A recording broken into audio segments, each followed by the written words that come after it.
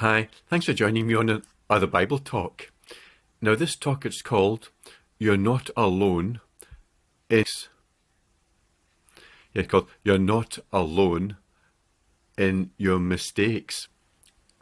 Because when we read our Bibles and the stories, there are obviously lots of men and women of God, but particularly I'm looking at men for the example, who God used in a mighty way, but obviously in their lives they got it wrong. If you think of Peter, particularly when he'd just been commended by the Lord for confessing you're the Christ, the anointed one, Jesus called him blessed. Then later on, when Jesus talked about how he would be suffering and sort of dying, Peter said, "This shall not happen to you." And Peter, he got above himself, but then he got the strong rebuke from the Lord, wasn't it? "Get thee behind me, Satan."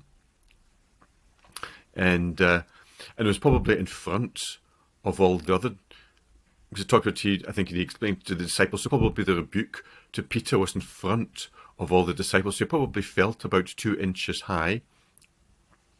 We know how Moses, he made the mistake, didn't he, when he went ahead of God, he went and killed the Egyptian, and then he had to flee. And then there was King David with his adultery with Bathsheba, then trying to cover it up, and then killing Uriah, wasn't it, sent him to the front of the battle. So all these people made mistakes. Now, what this video is it's about, because we make mistakes, and what I've sensed is that when you make a mistake, or maybe you're remembering, even a long time ago, you maybe didn't respond to something the way you should have done, and you made a blunder, and maybe you're taken advantage of, or maybe you responded the wrong way.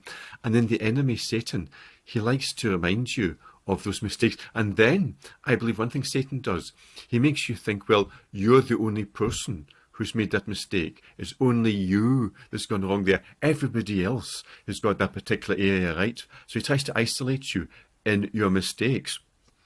Now, excuse me, but now it's quite possible that there'll be other people, okay, that maybe didn't make that mistake, but they'll have made different mistakes, maybe just as bad.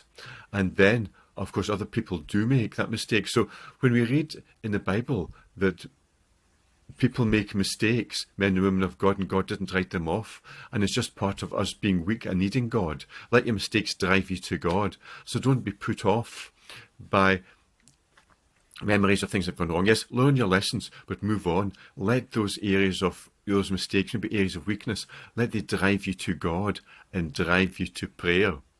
Okay, thanks for watching, and God bless you.